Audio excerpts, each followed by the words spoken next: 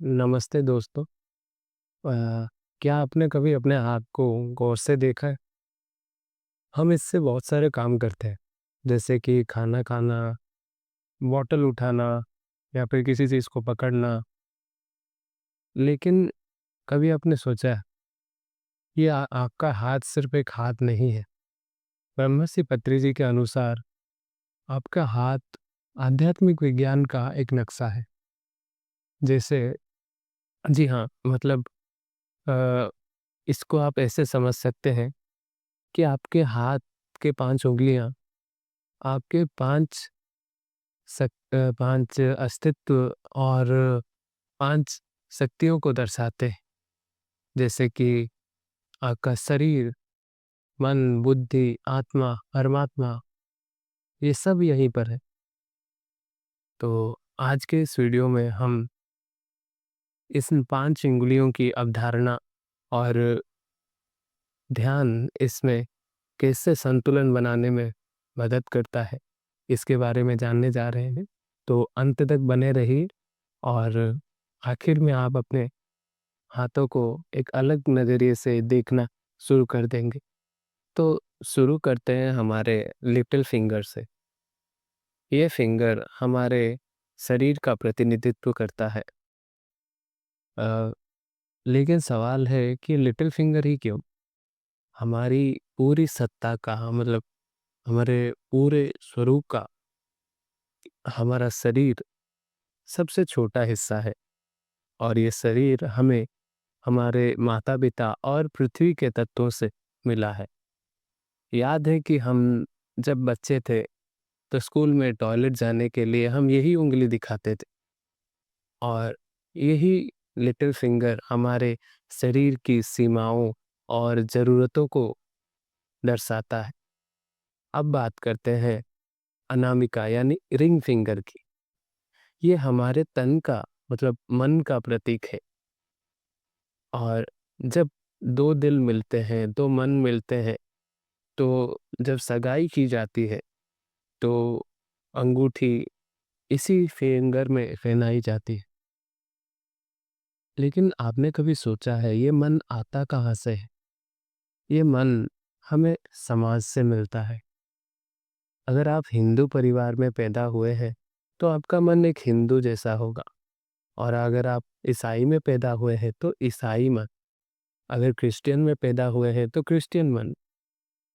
इसी तरह लेकिन गौर करने वाली बात यहाँ पर ये है कि ये रिंग फिंगर लिटिल फिंगर से बड़ी है। इसका मतलब है हमारा मन तन से ज़्यादा महत्वपूर्ण है और हमारा मन हमारे शरीर को कंट्रोल करता है। हम बात करते हैं हमारे मध्यमा यानी मिडिल फिंगर पर। ये फिंगर हमारे बुद्धि को दर्शाता है। हमारा मन पक्षपाती हो सकता है, लेकिन बुद्धि हमेशा सत्य और असत्य का में फ़र्क दिखाती है, सही गलत का एहसास दिलाती है। क्योंकि ये बुद्धि सिर्फ इसी जन्म की नहीं, हमारे पिछले सभी जन्मों के अनुभवों का निचोड़ है। हमारी बुद्धि इसीलिए हमारे मन से बड़ी है। इसका मतलब है कि हमारे जन्मों-जन्मों का पिछले सभी जन्मों का ज्ञान हमारे समाज से मिली सीमित मन से कहीं ज़्यादा महान है। अब बात करते हैं तर्जनी पर। तर्जनी यानी इंडेक्स फिंगर। ये फिंगर हमारे वास्तविक यानी व्यक्तिगत स्वरूप को दर्शाता है। जब हम मैं या तुम कहते हैं, तो हम इसी फिंगर का इस्तेमाल करते हैं और ये फिंगर हमारे उस स्वरूप को दर्शाता है, जिस स्वरूप में हम शुद्ध चेतना और ऊर्जा के एक शाश्वत कण है और आखिरी में आता है हमारा सबसे बड़ा अंगूठा। ये हमारे ब्रह्म तत्व या फिर ब्रह्म आत्मा कॉस्मिक सेल्फ को सूचित करता है। जब हम जीत या विजय को दर्शाते हैं तो यही उंगली दिखाते हैं, यही अंगूठा दिखाते हैं और मन और शरीर के स्तर पर हम सब अलग अलग हो सकते हैं, लेकिन ब्रह्म आत्मा के स्तर पर, ब्रह्मांड के स्तर पर हम सब एक ही है।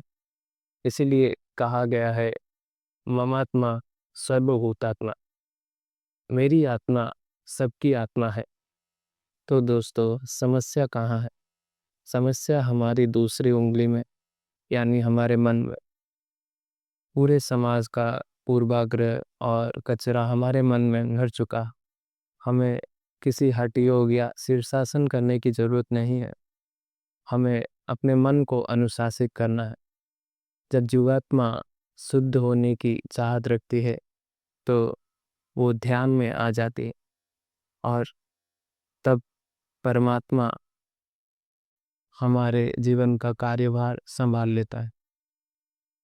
जब ध्यान में ब्रह्मांडीय ऊर्जा आपके मन को पूरी तरह साफ कर देती है और आपकी सीमित बुद्धि को आध्यात्मिक बुद्धि में बदल देती है, तब भी इसी को ज्ञान योग कहा जाता है। तो जब भी आप अपना हाथ देखें, तो याद रखें कि आप एक सिर्फ शरीर नहीं, बल्कि आप एक विजेता और ब्रह्मांडीय चेतना है। और अगर ये वीडियो आपको अच्छा लगा तो इसको लाइक करें, और पीएम से हिंदी के इस ज्ञान को आगे बढ़ाने के लिए, दूसरों तक पहुंचाने के लिए इसको ज़रूर शेयर करें। और मैं मिलूँगा आपसे अगले वीडियो में। आत्मवंदन।